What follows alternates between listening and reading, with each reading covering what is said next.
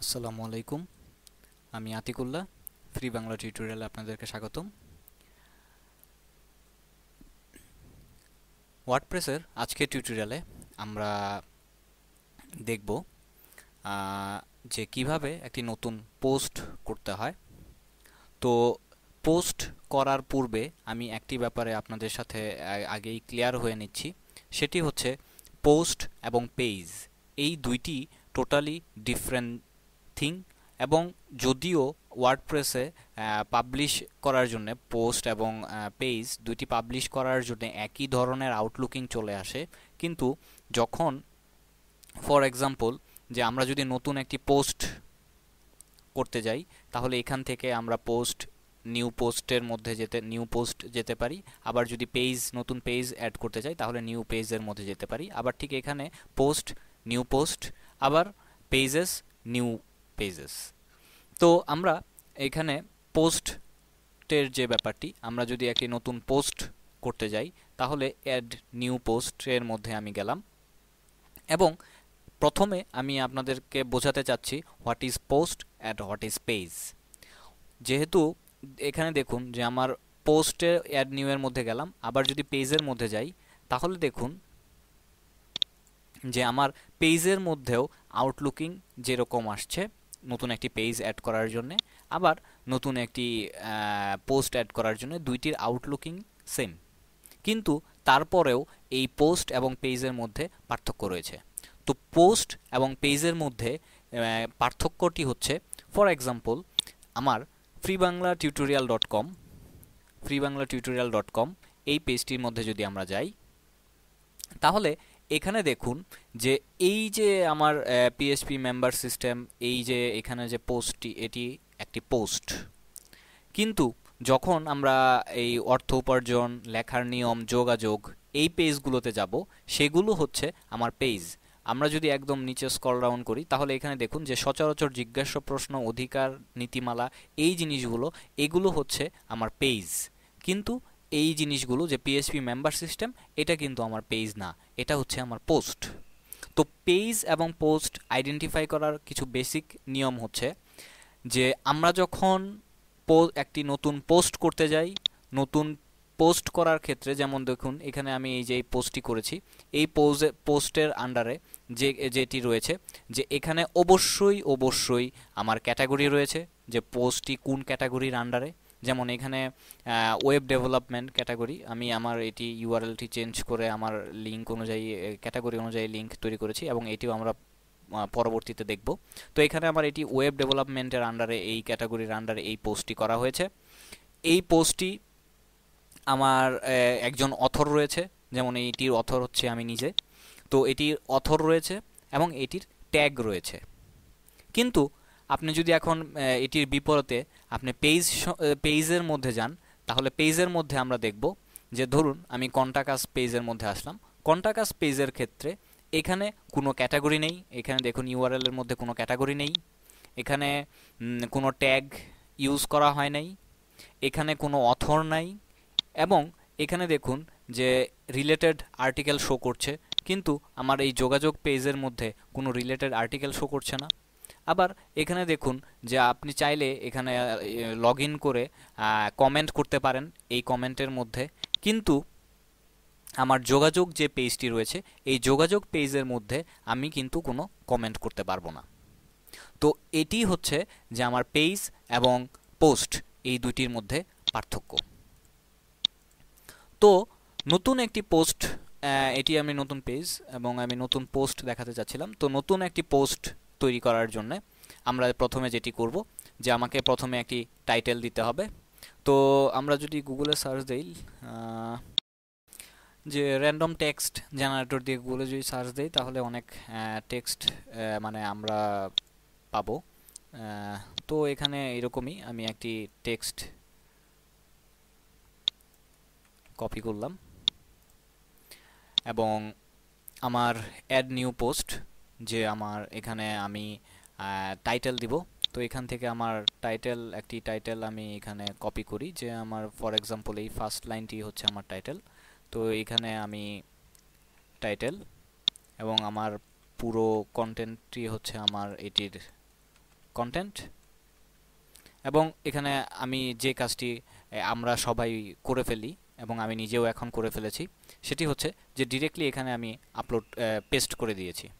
তো এই কাজটি কখনো করা উচিত নয়।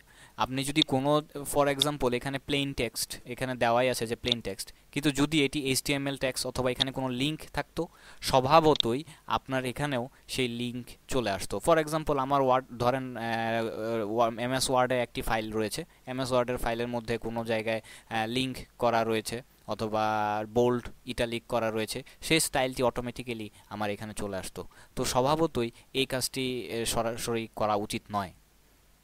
তো সেটির জন্য আমাদের কিভাবে করতে হয়, যে এখানে দেখুন একটি কিচেন সিঙ্ক রয়েছে, এই কিচেন সিঙ্কটি এখন ডিসেবল। আমি যদি এটিকে এনেবল করি তাহলে এখানে দেখুন যে আমার নিচে আরেকটি বার চলে আসছে, এবং এটি আমি ডিলিট করি, এবং এখানে দেখুন যে একটি রয়েছে paste as plane text.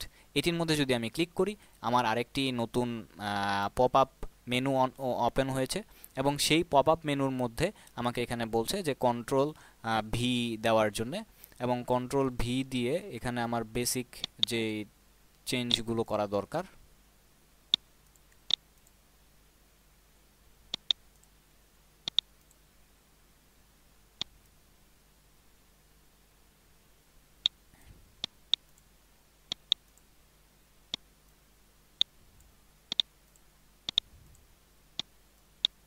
Basic চেঞ্জগুলো করে আমি এখানে ইনসার্ট দিলাম, এবং দেখুন এটি আমার এখন এটি ইনসার্ট হয়ে গেছে। এবং এটি দেওয়ার ফলে যদি এখানে আমার কোনো লিঙ্ক থাকতো বা কোনো স্টাইল থাকতো, সেই স্টাইলটি এখানে আমাকে শো করতো না। তো সেই জন্যে এখানে আমার এটির ফলে আমার সেই স্টাইলটি শো করছে না, এবং ইজিলি আমি এখন আমার নিজের ইচ্ছা মতো এটি স্টাইল করতে পারবো। এবং এটি স্টাইল করার ক্ষেত্রে খুব সহজ নিয়ম রয়েছে MS ওয়ার্ডের মতোই, যে আমি লেখাকে বোল্ড করতে চান, ফর এক্সাম্পল আমি এই লেখাটিকে বোল্ড করতে চাই তাহলে বোল্ড, আমি এই লেখাটিকে ইটালিক করতে চাই তাহলে ইটালিক, এবং এই লেখাটিকে যদি মাঝখান দিয়ে কেটে দেওয়া যায় তাহলে এটি হচ্ছে এই যে কেটে দেওয়ার জন্য। তারপর আমি যদি এখানে কোনো পয়েন্ট, বুলেট পয়েন্ট ইউজ করতে চাই তাহলে সিম্পলি এই বুলেট পয়েন্টের মধ্যে ক্লিক করবেন, POINT পয়েন্ট 1, আবার এন্টার দিলে অটোমেটিক্যালি আরেকটি পয়েন্ট যে পয়েন্ট 2 চলে আসলো, আবার দিলে পয়েন্ট 3। তো আমি চাচ্ছি যে এখন আমার, আবার এন্টার দিলাম কিন্তু আমার পয়েন্ট চলে আসলো, কিন্তু আমার পয়েন্ট 3টাই রয়েছে, আমি চতুর্থ যেতে যাচ্ছি না, তখন সিম্পলি এটার মধ্যে ক্লিক করলে আমার এটি চলে যাচ্ছে। আবার এখানে এটা হচ্ছে আমার নাম্বারের জন্য, ক্লিক করলাম 1.1, তারপর অটোমেটিক্যালি 2 চলে আসছে, পয়েন্ট 2। এবং আমি যদি মনে করেন যে আমার এই পয়েন্টের আন্ডারে একটি সাব বুলেট পয়েন্ট অথবা নাম্বারিংয়ের আন্ডারে একটি সাব নাম্বারিং, তাহলে এখানে ক্লিক করে এখানে দেখুন ইনডেন্ট ক্লিক করলে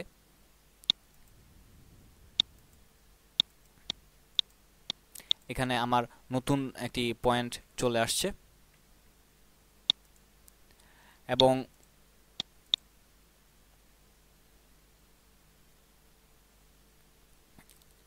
আবার যদি আমি এটিকে ব্যাক দেই, বাট এখানে এখন কাজ করছে না, হ্যাঁ যদি ব্যাক দেই তাহলে দেখুন এখানে আমার এই পয়েন্টটি চলে গেছে।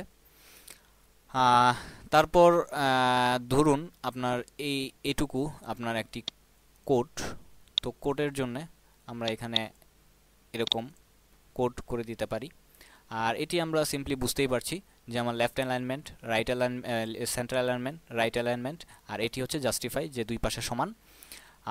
তারপর ধরুন আপনি কোনো একটি এরিয়াকে আপনি লিঙ্ক করতে চাচ্ছেন, তো অবশ্যই আগে এটিকে আপনাকে সিলেক্ট করতে হবে, তারপর এখানে হচ্ছে লিঙ্ক, তারপর এখানে আপনার ফর এক্সাম্পল এটির সাথে আপনি লিঙ্ক করতে চাচ্ছেন তাহলে লিঙ্ক, এবং আপনার টাইটেল, যে এখানে টাইটেল আপনি যা দিতে চান, ফর এক্সাম্পল ফ্রি বাংলা টিউটোরিয়ালই দিলাম।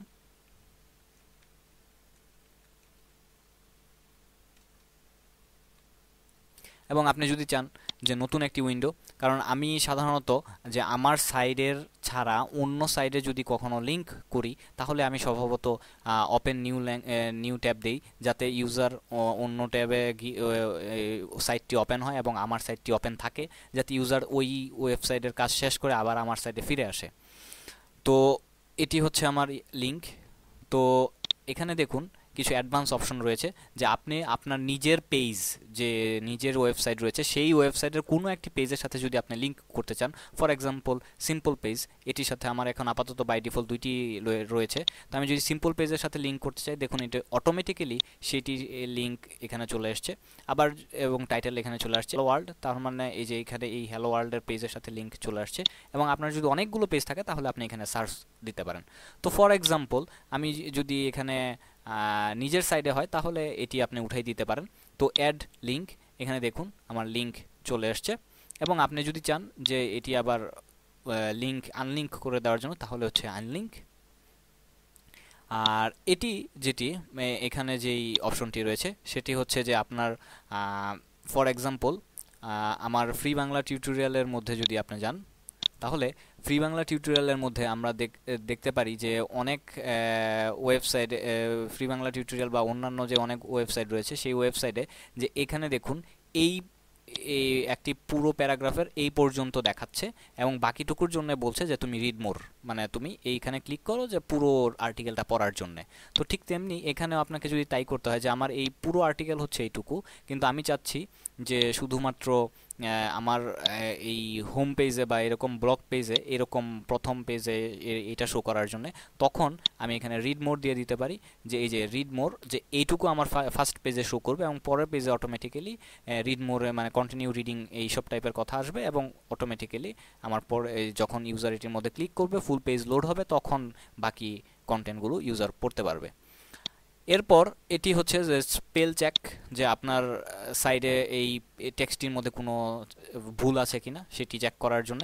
এবং এখানে অনেকগুলো ল্যাঙ্গুয়েজ রয়েছে, আপনি যে কোনো ল্যাঙ্গুয়েজটি সিলেক্ট করতে পারেন। তারপর এটি হচ্ছে সাধারণত আমরা কেউ ইউজ করি না, তারপরেও এটি বলি যে এটির মধ্যে যদি আপনি ক্লিক করেন তাহলে ফুল পেজে এটি শো করবে এবং আপনার কাজ শেষ হয়ে গেলে আবার এটি এক্সিট দিয়ে বের হয়ে চলে আসতে পারেন। এরপর সবচেয়ে ইম্পর্ট্যান্ট যে কাজটি, ধরেন পয়েন্ট 1, এটি আপনার একটি হেডার। তো স্বভাবতই এটি হচ্ছে হেড 1।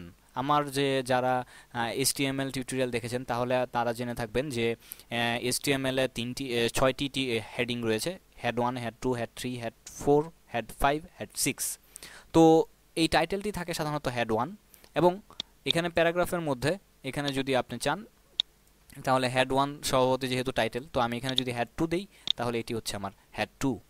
এবং এইরকমভাবে আমার হেডিং ট্যাগগুলো নির্ধারণ করতে পারি। এরপর হচ্ছে আন্ডারলাইন করার জন্য বুঝতেই পারছি যেটি আন্ডারলাইন, জাস্টিফাই তো বলা হয়েছে। এবং আমার টেক্সটের কালার, যদি আমি কালার চেঞ্জ করতে চাই তাহলে সেখান থেকে কালার। এবং এটি তো দেখানো হয়েছে। আর এটি হচ্ছে যে আমার ওয়ার্ডপ্রেসে একটি সাইট রয়েছে, পেজ রয়েছে। আমি যদি এখন স্বভাবতই ওই ওয়ার্ডপ্রেসে যেই রকমভাবে আর্টিকেলটি লেখা রয়েছে সেই same content, same style, same ফরম্যাটে পেস্ট করতে চাই, তাহলে শুধুমাত্র ওইখান থেকে কপি করে এখানে পেস্ট করে ইনসার্ট দিয়ে দিলে সেই ফরম্যাটেই থাকবে, আমাকে নতুন করে আর ফরম্যাট করতে হবে না। আর এটি হচ্ছে যে কোনো একটি ফরম্যাট, যেমন এটির মধ্যে আন্ডারলাইন করা আছে, আমি যদি এটিকে রিমুভ করি অটোমেটিক্যালি সেই আন্ডারলাইনটি আমার রিমুভ হয়ে যাচ্ছে। এবং আন্ডো রিডো, এবং কোনো হেল্পের জন্য যদি এটি। তো এটি হচ্ছে আমার ভিজুয়াল এডিটর। কিন্তু আমি যদি এখন টেক্সট এডিটরে যাই তাহলে এখানে দেখুন যে HTML এর যে টেক্সট, সেই টেক্সটগুলি এখানে দেখাচ্ছে। স্বভাবতই যারা HTML বা এইসবে পারদর্শী না তাদের জন্য এই ব্যাপারটি কমপ্লিকেটেড, কিন্তু যারা পারদর্শী তাদের জন্য এটি অনেক সুবিধা। যেভাবে ইচ্ছে সেভাবে, যেটি এখানে করা যাচ্ছে না কোডিং করে আপনি চাইলে ওইখানে এভাবে করতে পারেন। তো আমরা আপাতত এইটুক দেখলাম, বাকি অংশটুকু আমরা পরবর্তীতে দেখব। তো আজকে বন্ধুরা এই পর্যন্তই।